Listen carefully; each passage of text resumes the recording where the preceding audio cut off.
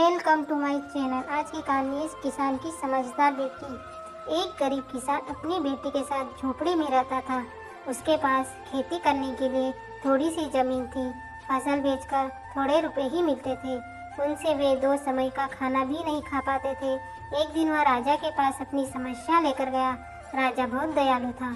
उसने किसान को खेती करने के लिए अपनी जमीन में से थोड़ी सी जमीन दे दी। राजा ने कहा, यह जमीन तो हमारी ही रहेगी, परंतु इस पर उगने वाली फसल तुम्हारी होगी।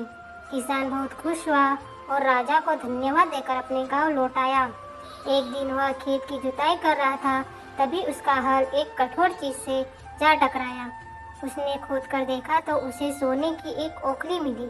किसान बहुत ईमानदार था। उसने अपनी बेटी से कहा कि हमें यह ओखली राजा के खेत से मिली है। जिसकी जमीन है उसी की यह ओखली भी है, इसलिए हमें यह ओखली राजा को लौटा देनी चाहिए।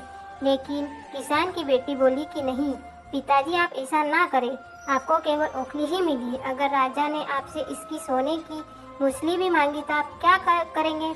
इसलिए आप इस ओखली को अपने ही पास रख लीजिए। परंतु किसान को अपनी बेटी की यह बात अच्छी नहीं लगी। वह राजा के पास ओखली लेकर जा पहुंचा। दरबार में वैसा ही हुआ जैसा कि उसकी बेटी ने कहा था। राजा ने सोचा कि किसान ने लालच में आकर मूसल अपने पास रख ली है। किसान राजा को सोने की मूसल कहाँ से लाकर देता? नतीजा यह हुआ कि किसान को जेल में डाल दिया गया। भोले किसान को ऐसी गलती की सजा मिली थी जो उसने की ही नहीं थी। लेटे लेटे वह दिन रात रोता रहता और यही कहता था कि काश मैंने अपनी बेटी की बात मान ली होती। एक दिन राजा ने उसे यह कहते हुए सुन लिया। फिर उन्होंने किसान से पूछा कि आखिर वह ऐसा क्यों कह रहा है। किसान ने राजा को पूरी बात बताई। यह सुनकर राजा को अपनी गलती का एहसास हुआ और किसान को फौरन छोड़ दिया गया। उसकी बेटी को राजा ने अपने दरबार में बुलाया। उससे बातें करने के बाद राजा को पता चल गया कि वह बहुत ही बुद्धिमान है।